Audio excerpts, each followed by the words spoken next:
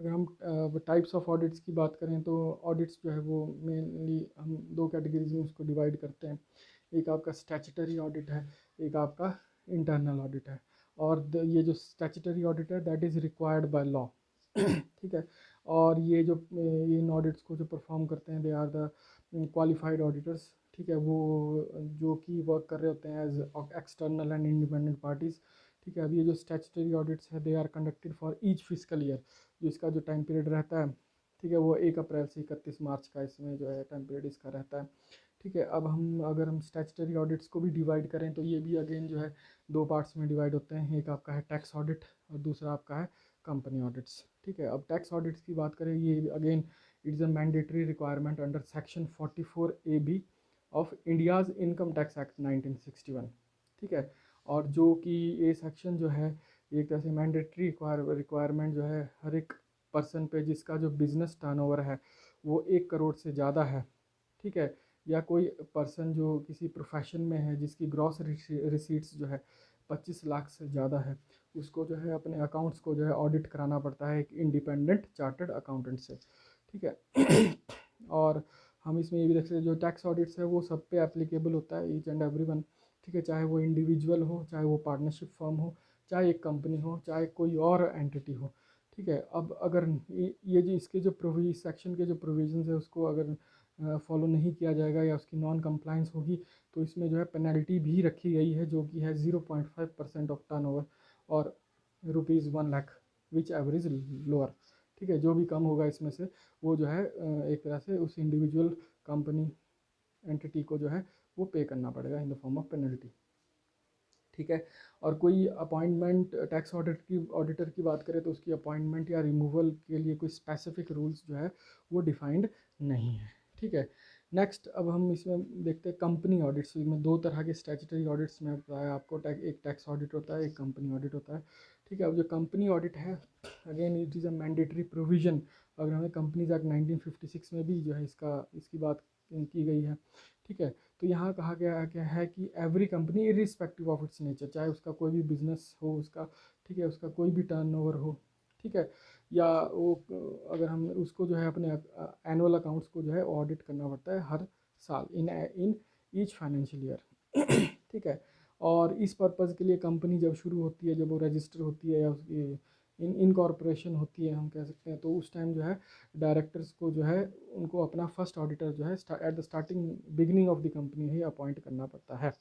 ठीक है, अगर हम लिमिटेड लाइबिलिटी पार्टनरशिप की बात करें तो वहाँ पर भी कहा गया है कि उनको भी ऑडिट अपने अकाउंट्स को ऑडिट कराने के लिए जो एक मैंडेटरी रिक्वायरमेंट है वो क्या है कि अगर मान लो उन ऐसी फर्म्स का जो है एनुअल टर्नओवर जो है 40 लाख या उससे ज़्यादा हो, या 25 लाख या उससे ज़्यादा जो उसकी कैपिटल कंट्रीब्यूशन हो, तो वहाँ पर उनको भी जो है अपने अकाउंट्स को जो है ऑडिट कराना पड़ता है।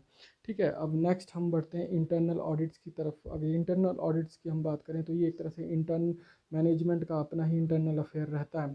ठीक है, अब ये मैनेजमेंट चाहती है कि वो अपने कंपनीज़ के फाइनेंसिस की हेल्थ को चेक करे या अपनी ऑपरेशनल एफिशिएंसी को एनालाइज करे, तो उसके लिए इंटरनल ऑडिट्स जो है वो ज़रूरी होता है। ठीक है, और ये जो है ये एक इंडिपेंडेंट पार्टी भी जो है इंटरनल ऑडिट्स को जो है वो कर सकती है, या कंपनी के अपने ही इंटरनल स्टाफ भी जो है इस कंपनी के अकाउंट्स को ऑडिट्स कर सकते हैं। ठीक है, बड़ी कंपनीज के पास तो अपने ही चार्टर्ड अकाउंटेंट्स भी जो है वो उन कंपनीज ने रखे होते हैं। ठीक है, पर अगर हम देखें इंटरनल ऑडिट की बात है तो वो जो है वो कंपनी के अकाउंट्स को ऑडिट कर सकते हैं। लेकिन अगर हम स्टैच्यूटरी ऑडिट्स की अगर हम बात करें तो उसमें रिक्वायरमेंट है कि एक इंडिपेंडेंट जो है ऑडिटर जो है वो कंपनी के अकाउंट्स को ऑडिट करे, that is not related to the company.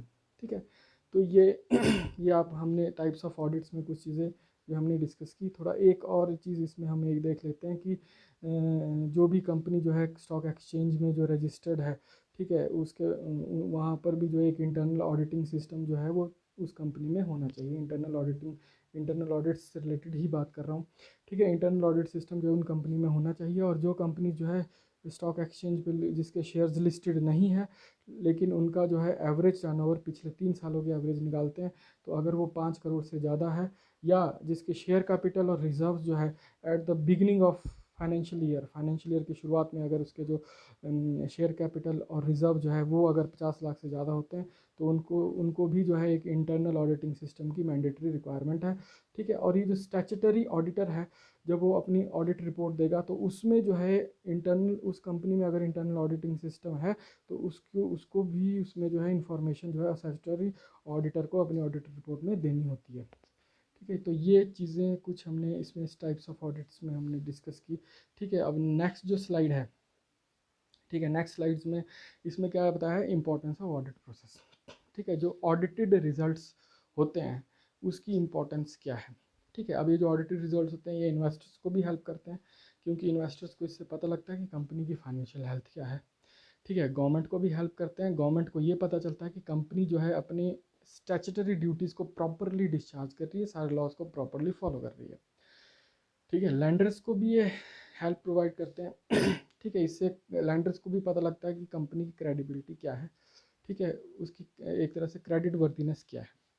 ठीक है, मैनेजमेंट को ये इस तरह से हेल्प करते हैं कि उनको जो है इससे अपनी शॉर्टकमिंग्स का पता लगता है और अपने बिजनेस ऑपरेशन की शॉर्टकमिंग्स का पता लगता है और अपने वो आगे जो है अपनी बिजनेस एफिशिएंसीज को इम्प्रूव भी कर सकते हैं इसके बेसिस पे।